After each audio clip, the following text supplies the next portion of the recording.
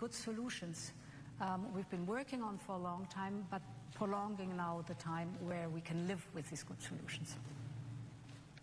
Great. Just on this predictability and stability point, it's really important in the current environment we have predictability and stability. When there are uncertain times and instability, having that bedrock is hugely, hugely important. And that's why it's important to emphasise the permanent nature of the agreements that we've reached on SPS, on defence and security, etc. These are not time-limited. These are permanent arrangements, deliberately so that we can be clear about the long-term future of this relationship. And then I've got Table Media, I think it is Stephen Israel. Stephen. Yes, hello. Stephen Israel for Europe Table. I have a question. I mean, we hear a lot of announcements. I have a question on the timelines. When actually will these different agreements enter into force, or when citizens will feel the effects, for example, of the SPS agreement, of the e-gates, and then maybe for President von der Leyen on the safe regulation, how long do we think will it take to come to this agreement to connect the UK directly to these common projects, and how much the UK will have to contribute? I mean, financially, can you give a figure to us? And for President Costa, you mentioned Ukraine. If I'm not wrong, I think at this moment, or maybe in an hour, President Trump will call President Putin. What is your expectation, and what if he cannot convince Putin to agree to this unconditional ceasefire? Would you go ahead with more sanctions, and what kind of sanctions? Thank you. Let me address the timelines to start with. Firstly, can I emphasise the speed with which we've got to this summit and the achievements at this summit, because we came into government just over 10 months ago.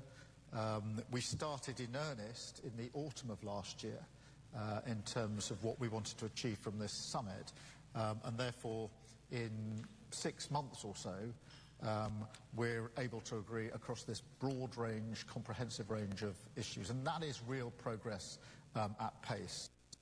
In the past, I genuinely think it would have taken very much longer to reach any one of these strands in terms of agreement.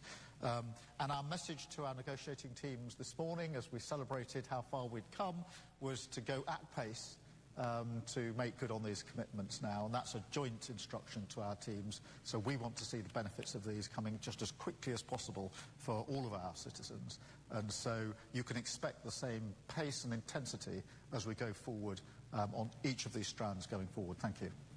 I can continue here.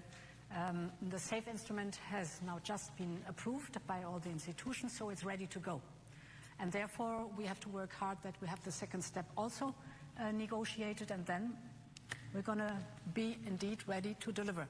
So it's a question of, I hope, only a few weeks, and then we should be done. Achieve a just and lasting peace in Ukraine is a main priority for the European security. And for this is essential unconditional and immediately ceasefire from Russia.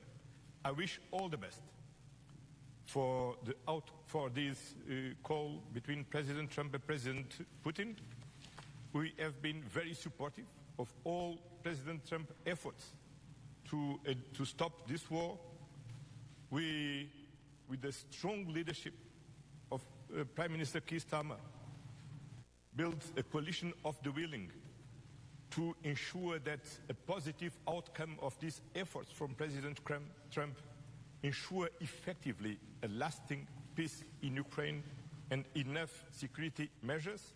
Then we are waiting with anxiety for the outcome of these talks, and I wish all the best for this talk, because from this talk depends a lot of the future of Ukraine and the people of Ukraine. Thank you, Antonio. Thank you, Ursula. Thank you, all of you. Thank you. So that wraps this live press conference there, the very latest, as UK Prime Minister Keir Starmer welcomed European leaders on this Monday for a summit on closer ties. We're going to step away for a quick 2-minute commercial break. I'm Jeanette Francine. We'll be right back. Why would you buy life insurance from anyone else when Senior Life gives you all your money back?